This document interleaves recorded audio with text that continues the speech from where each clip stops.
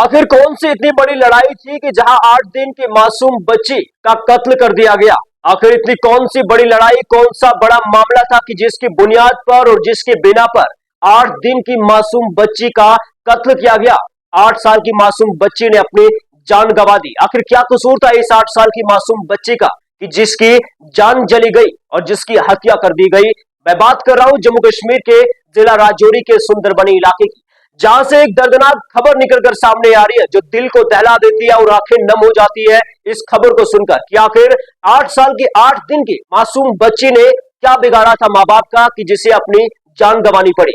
खबर आपको बताने की कोशिश करेंगे कि खबर राजौरी के सुंदरबनी इलाके की है, जहां पर यह बताया जा रहा है कि राजौरी के अंदर एक खातून ने मुबैना तौर पर अपनी 8 दिन की नौनिहाल बच्ची को जो है वो खुश्क तालाब में छोड़कर उसका कत्ल कर दिया, उसकी हत्या कर दी। और बच्ची को गर्मी से जो है वो बुरी हालत हो गई, बच्ची को जो है वो भूख प्यास लगी और जिसकी वजह से बच्ची इस दुनिया से चल बसी।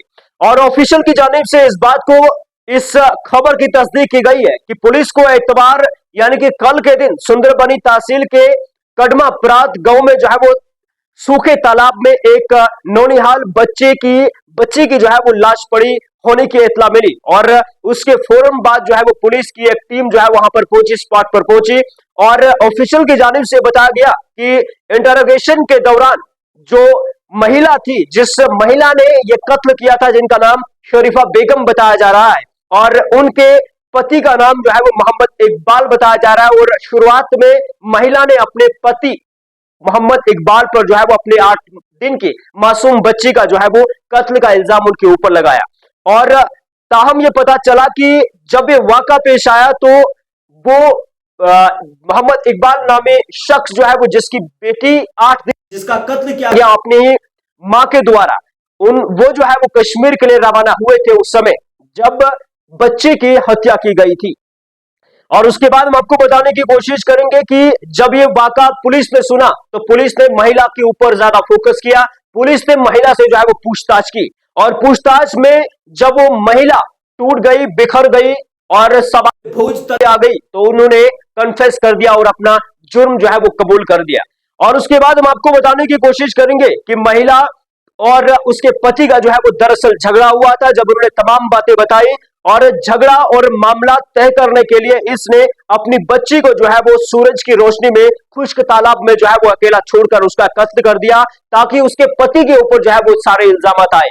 लेकिन सच जो है वो कहीं ना कहीं और एक न एक दिन जो है वो जरूर सामने आता है। चाहे फिर आप जितना भी बड़ा जुर्म कर ले, चाहे फिर आप 100 लोगों के ऊपर उस कत्ल का इल्जाम लगा दे, लेकिन आखिरकार जिस शख्स ने, जिस व्यक्ति ने गुनाह किया होगा उसका गुनाह एक दिन सामने आ जाता है। और पुलिस की तरफ से फिलहाल हम आपको बता दें कि सुंदरबनी पुलिस स्टेशन में कत्ल और दीगर जराइम का जो मुकदमा है वो दर्ज कर दिया गया है और इस मामले को लेकर और मजीद जो है वो तहकीकात जारी कर दी गई है। लेकिन आखिर 8 साल की मासूम बच्ची, 8 दिन की मासूम बच्ची का क्या कसूर था?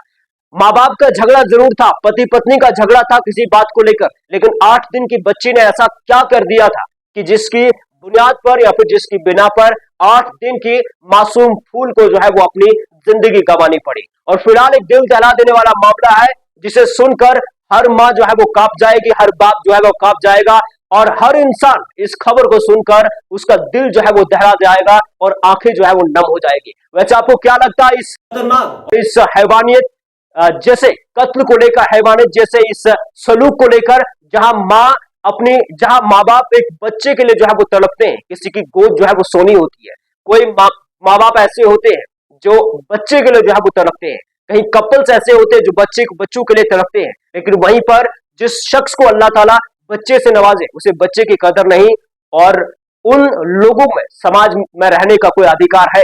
आप लोग क्या सोचते हैं? आप लोग क्या माइंड रखते हैं? कमेंट करके अपने ख्यालात जो है वो इजहार करें। फिलहाल एक बड़ी खबर, एक दर्दनाक खबर राजौरी के सुंदरबनी इलाके से निकलकर सामने आ रही थी, आप तक पहुंचाना बहुत जरूरी था। फिर मुलाकात होगी एक और खबर के साथ, तब तक के लिए खुदा हाफिज़।